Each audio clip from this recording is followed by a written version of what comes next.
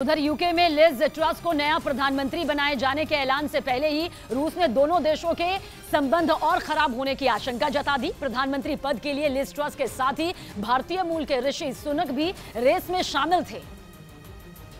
लेकिन पीएम के नाम का ऐलान होने से पहले ही यूके और रूस के आपसी रिश्तों पर पुतिन के प्रवक्ता का बड़ा बयान सामने आ गया। दिमित्री पेस्कोव मीडिया से बात करते हुए बोले कि अगले प्रधानमंत्री से कुछ भी सकारात्मक पहल की उम्मीद नहीं, क्योंकि पीएम चुनाव के दौरान रैलियों में रूस विरोधी नारे लगे थे और दोनों देशों के बीच रूस विरोधी बयानबाजी में एक दूसरे से होड़ लगी थी। साथ ही दोनों ने रूस के खिलाफ और सख्त कदम उठाने की धमकी दी थी। असल में यूक्रेन युद्ध की शुरुआत के बाद से ही यूके ने भी अमेरिका और दूसरे सहयोगी देशों के साथ मिलकर रूस पर कड़े प्रतिबंध लगा दिए थे।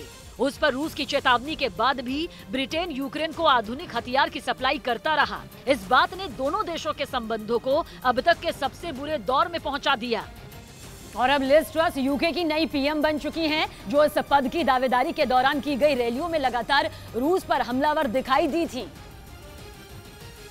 एक इंटरव्यू में तो उन्होंने ये भी साफ कर दिया था कि अगर वो पीएम बनी तो परमाणु युद्ध से भी नहीं कतराएंगी। इतना ही नहीं, रूस ने ये भी आरोप लगाया कि बतौर विदेश मंत्री लिज ट्रस ने पूरी दुनिया में घूम घूम कर पुतिन के खिलाफ अभियान चलाने में भी कोई कसर नहीं छोड़ी। उनके बयानों से भड़का रूस पहले ही ब्रिटेन को अपना अगला निशाना बता चुका था और उनके प्रधानमंत्री बनने से तो ये साफ हो चुका है कि यूक्रेन युद्ध को लेकर यूके की रणनीति में किसी तरह का बड़ा बदलाव फिलहाल मुश्किल ही है।